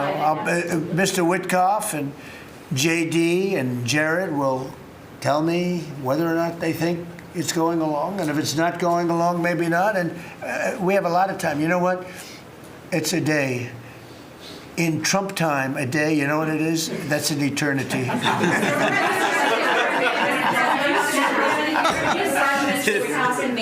Say it, what? European Parliament just passed a major deportation plan. Some of the tenets of it are that member states can deport rejected asylum seekers to third countries regardless of whether they have a connection to it. It allows for detention periods of up to 2 years and also offshore return hubs or detention centers similar to ours. Who did this? Which country? European Parliament, and the vote was not close. It was 389 in favor to 208 against. I'd vote with them, yeah. Europe is where you are now. Do you think that will move the needle with Democrats? I don't care about the Democrats. The Democrats hate our country. The Democrats are in chaos right now. And they have no common sense. You know, they have one quality that's amazing. They stick together. And it's harder because they stick together in a ridiculous policy like men playing in women's sports, open borders for everybody, including murderers and anybody else that want it. We're open to you. Come in, murderers. You know why they do that? They do that for a couple of reasons, but they do it for votes because they think they're going to vote for the Democrats. Even though I did great with the Hispanic vote, tremendous with the Hispanic vote. You know, I turned that whole thing around. The Hispanics like me, and I like them. And you know, it's interesting with the Hispanics. When I built the wall, everybody said, oh, that's going to ruin us for the Hispanic. It was just the opposite. They know all about immigration, and they know all about death and crime, and they're smart people, and they have common sense. They wanted to be protected from the people that were coming into our country. So, you know, I won the election with a very tremendous Hispanic vote, and I think it's higher now than it was then. So, we're a party of common sense. The Democrats are a party of insanity. They're a party that will destroy our country. If I didn't win this election, I believe our country would have been destroyed by now. 1 year, that's all it would have taken. If you had Kamala or Sleepy Joe, either one, it wouldn't have mattered. They're the same thing. Two sleepy people, two stupid people. I believe, and by the way, Gavin Newsom, who is one of the candidates, I believe he took himself out of the running when he says he suffers from mental disability. And a reporter said it was terrible that I talked that way about somebody with mental disability. I said, I have no problem with it, but I don't want a person with mental disability to be my president. I mean, you don't want to have a person with mental disability being your president. And Gavin Newsom said that he can't read a speech. He can't do almost anything. And then he said he's as dumb as all the people in the room, and he got accused of being a racist, which was an amazing say. I thought it was the worst interview I've ever seen anybody give. He's actually a very stupid person. So I believe he's out of the running. I think that that statement, that interview, he admitted that he's a stupid person. I don't want a stupid person being president. You know, I'll say it right now. I say it because no press never reports it. I'm the only president that ever took a cognitive test. I took it 3 times. It's actually a very hard test for a lot of people. It wasn't hard for me. But it's a cognitive test. It starts off with an easy question. And by the time you get to the middle, it gets tougher. By the time you get to the end, very few people can answer those questions. They get very tough, mathematical equations and things. I took it 3 times. I aced it all 3 times in front of numerous doctors that I have no idea who they are. And I was told when I went in, they said, Doc Ronnie told me this. My current doctors, who are fantastic doctors, they said, well, if you take it, you know, it's Walter Reed, it's essentially a public hospital. And if you do badly, it's probably going to get out. But I aced it. I got them all right. And one doctor said, I've never seen anybody get them all right. I've been doing the test for 20 years. I want people, I would love to see anybody that's a president or a vice president or anybody that has any chance of being a president, I would like to see them take a cognitive test. Because we had a man in this office that had no clue what was happening. And let me give you a little secret. He wasn't a smart man 30 years ago. And I'll tell you about President Obama. He wasn't a smart man either. I know all about him. He wasn't a smart man, highly overrated. He was a great divider. And our country can't go through that anymore, can't go through. We have done an amazing job. I had to do a little stopover. I call it an excursion. I had to do a little stopover in Iran, and we had to knock the hell out of them because our country would not have been safe. The world wouldn't have been safe. I've done a great favor for the world. The world has not been reciprocal, because when I told NATO, where we give billions and billions of dollars, trillions over the years, I said, do you mind coming up and giving us a little hand with the streets? Send up some. They didn't want to get involved. And I believe that's going to cost them dearly. Thank you very much, everybody. Thank you. Thank you very much. Thank you, Mr.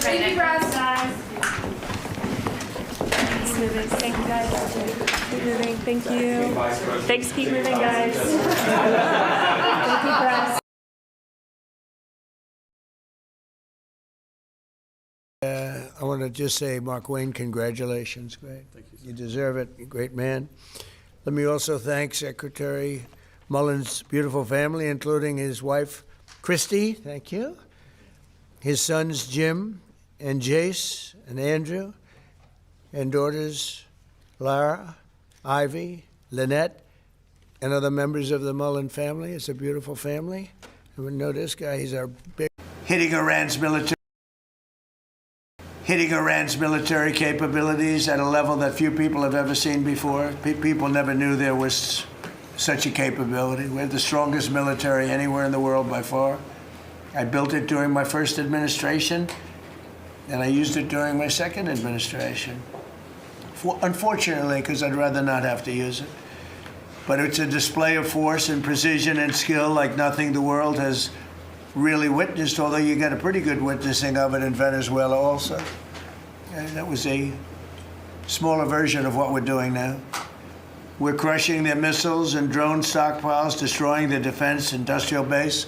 We've wiped out their Navy completely, their Air Force completely. We've wiped out a large percentage of their missiles. And the missile launchers, without the launchers, the missiles don't do any good. And we've knocked out probably close to 90% of the launchers, probably more than 90% of the missiles themselves. Between some they fired and more than they fired, we knocked out. We've also destroyed a lot of the factories. We're continuing to do that, but a lot of the factories where they manufacture the drones and the missiles. The drones, too, are way down, but the reason they're down is they go one way and they don't come back, because for the most part, we're shooting them down. but we also are able to, we've really done tremendous damage to the places where they make them. And just so we set the record straight, because I've been watching the Wall Street Journal's fake news and all these stories that get printed like, oh, I want to make a deal. They are begging to make a deal, not me. They're begging to make a deal.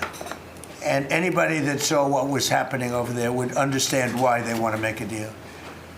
But they say, oh, we're not talking to them. Anybody would know that. And only a total fool. And they're not fools. They're very smart, actually, in a certain way. And they're great negotiators. I say they're lousy fighters, but they're great negotiators. They are begging to work out a deal. I don't know if we'll be able to do that. I don't know if we're willing to do that. They should have done that 4 weeks ago. They should have done it 2 years ago. Or they should have done it when we first came into office, because 2 years ago they had free reign under Biden. Sleepy Joe, worst president in the history of our country. What he allowed to happen to our country at the borders, and even with a thing like this. But not just him. Every president for 47 years, every president should have done this. They should have done it a long time ago, because you cannot give lunatics a nuclear weapon, and they would have had a big one. It stopped really when we did the B-2, but even before that, the Barack Hussein Obama, what he did where he gave them the Iran nuclear deal, gave them free will toward a nuclear weapon. Basically, he chose Iran over Israel and others that didn't want him to do it. But I terminated that deal. Had I not terminated that deal, you would have had a nuclear weapon years ago, and it would have been used, guaranteed.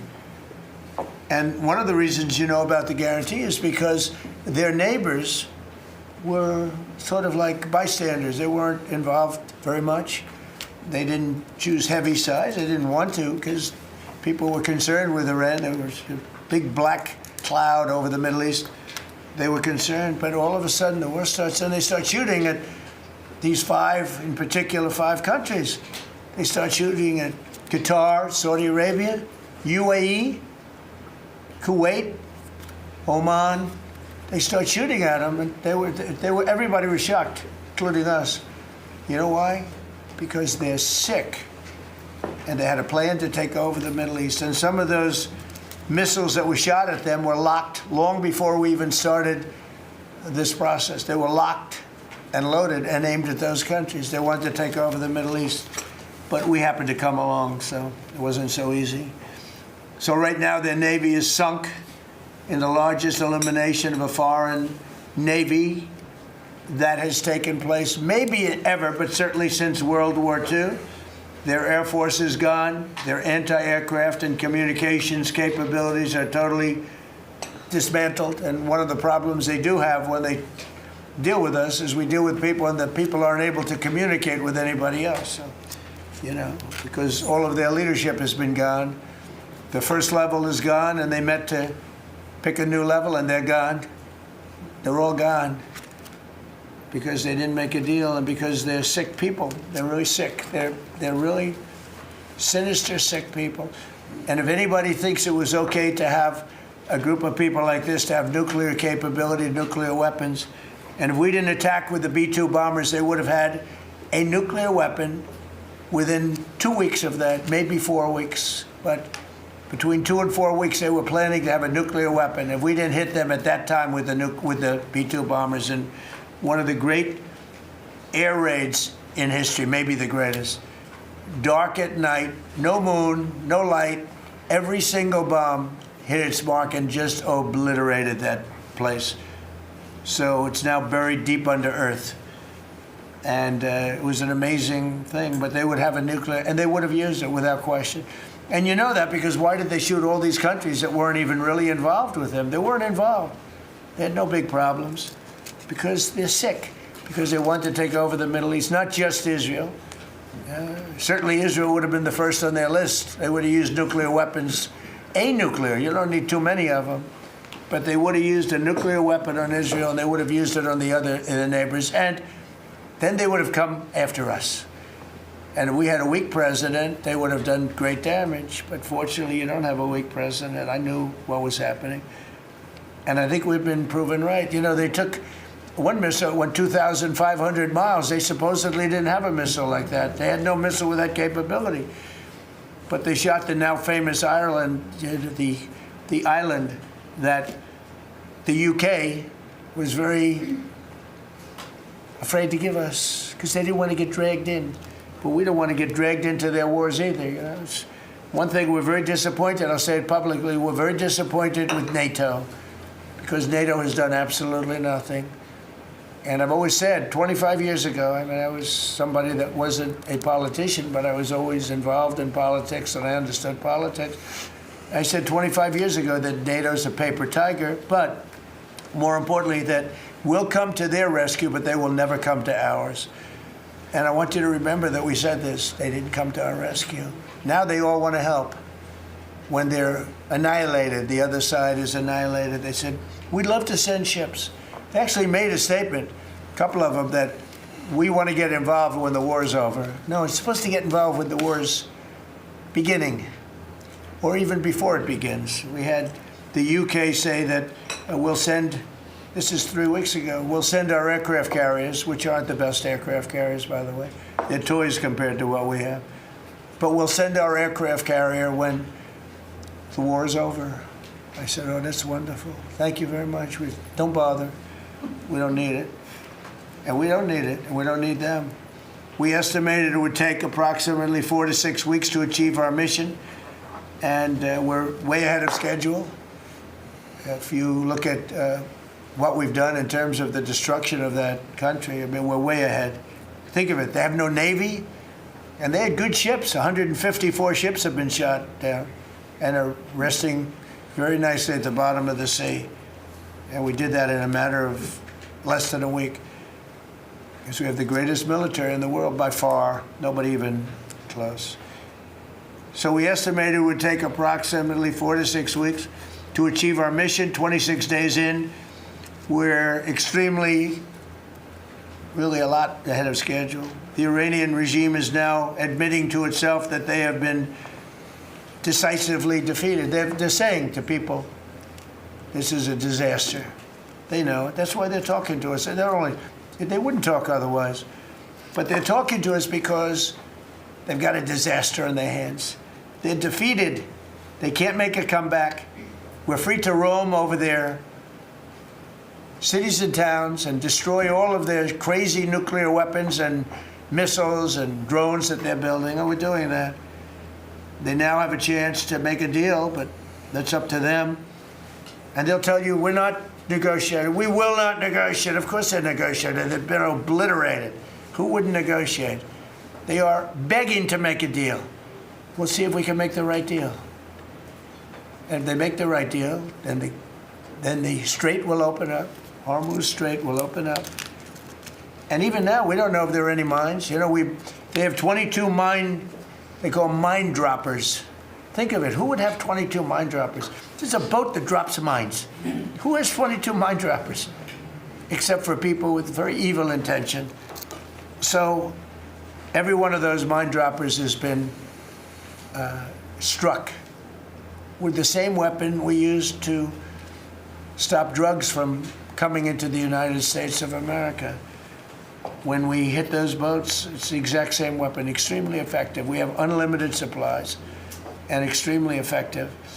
But they have no more mine droppers. By the way, speaking of drugs, we're 98% down drugs coming in by water, by the ocean, by the sea. 98%. And we're trying to find out who are the 2% because we think they're the bravest men anywhere in the world. Maybe women. But whoever's on those boats is very brave or doesn't watch television. But where drugs coming in by sea, coming in by water, are 98% down. And now we'll stop the drugs coming in by land. The land is the easy one. You had to stop the water. A lot of it came into the water. Now it's all pinched. And these people are trying to come in by land. And we will, that's it, that's the easy one. But we had to take care of the water first. Nobody's coming in. Virtually nothing is coming in anymore. It was hundreds of millions of dollars a week were coming in by water. But they now have the chance, that is Iran, to permanently abandon their nuclear ambitions and to chart a new path forward. We'll see if they want to do it. If they don't, we're their worst nightmare. In the meantime, we'll just keep blowing them away, unimpeded, unstopped. Well, there's not a thing they can do about it. They can't do anything about it, you know. I tell you, if they could, you'd be hearing about it. You'd be hearing about it. You don't hear anything about it. They can't shoot our jets. We have the best military equipment in the world. No, not even a contest. You see that with Venezuela. They had other equipment. They didn't have ours. It didn't work. Didn't work. Think of it. We did the situation in Venezuela. It was a great military operation, getting a very, very dangerous man who's killed a lot of people, forced people into our country. Incredible. He emptied his prisons in Venezuela, emptied his prisons into our country, and I hope that charge will be brought at some point, because that was a big charge that hasn't been brought yet. It should be brought. He emptied his prisons into our country and was a major purveyor of drugs coming into our country. And he's now been captured and, I guess be given a fair trial. But I would imagine there are other trials coming, because they've really sued him just in a fraction of the kind of things that he's done. Other cases are going to be brought, as you probably know. In the meantime, with Iran, we're going to keep doing what we've been doing, and nobody's a match for the United States, but they're not a match for the United States. It's small potatoes. That's why I'm so disappointed in NATO, because this was a test for NATO. This was a test. You can help us. You don't have to, but if you don't if you don't do that, we're going to remember. Just remember this in a number of months from now. Remember my statements. They have an expression, a great expression: never forget. Never forget. So as we end threats to America abroad, we're focused here at home on building the greatest economy in the history of the world. Now, before this started, the Dow hit 50,000. The S&P hit 7,000. Both of those achievements were not achievable. Every one of you, most of you, I guess, said you'll never hit 50,000 during a 4-year period because it was too high a number. Well, we hit it in our first year. And I said, well, now we have to take an excursion to Iran, and we have to stop this maniac who's no longer with us. The supreme leader wasn't so supreme, no longer with us. It's very sad. But we have to stop him from blowing up the world, blowing up the Middle East, and blowing up our country, and we did that. And frankly, I thought the oil prices would go up more, and I thought the stock market would go down more. It hasn't been nearly as severe as I thought. I think they have confidence in maybe the American president and maybe the people sitting around this table. But Americans filing their taxes this year are receiving record-setting refunds. It's been a very big story. Well, it should be a big story. I don't think you write about it that much, but I speak about it.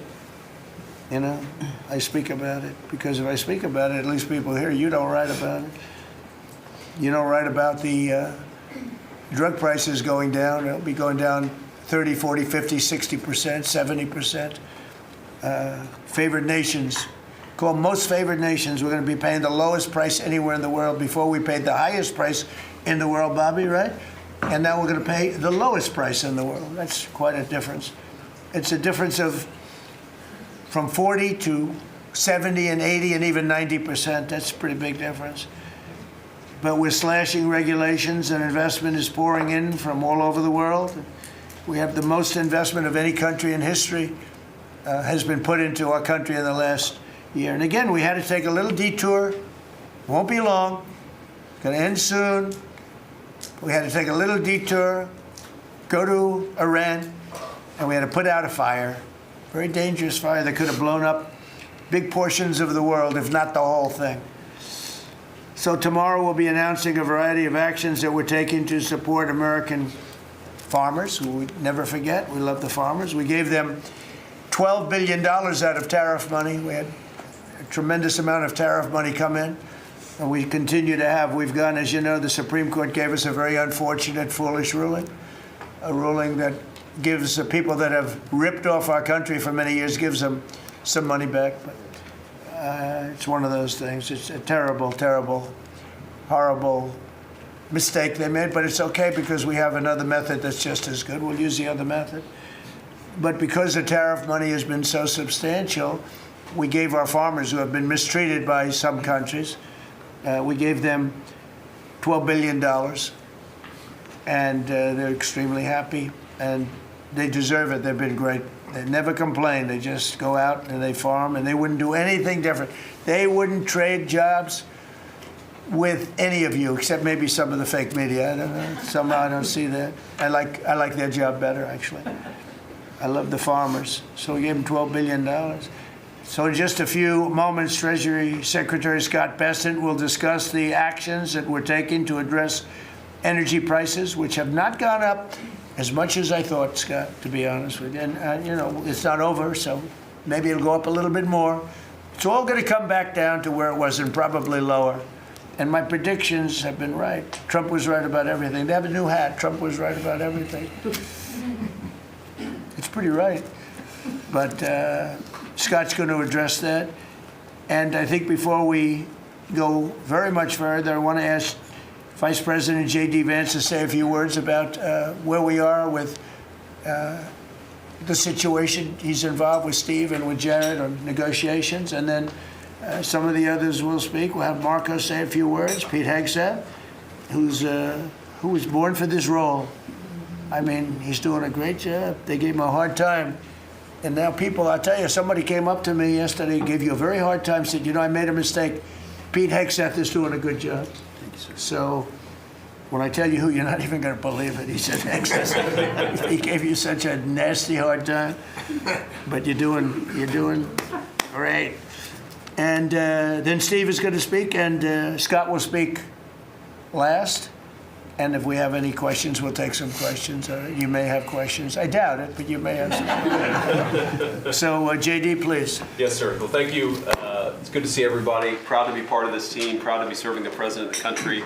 Let me just say a couple things. The first of all is the president summarized this very ably. But look, the Iranian conventional military is effectively destroyed. They don't have a navy. They don't have the ability to hit us like they could have even a few weeks ago. And what that does is that gives us options, Mr. President. Now, there's been a lot of reporting about diplomatic options, about negotiations. There's, of course, Pete and his team.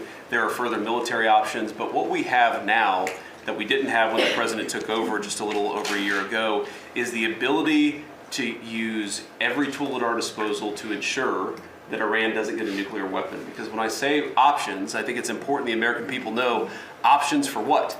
And it's options to ensure that Iran never has a nuclear weapon. You talk about people who walk into a crowded supermarket and have a vest on, and they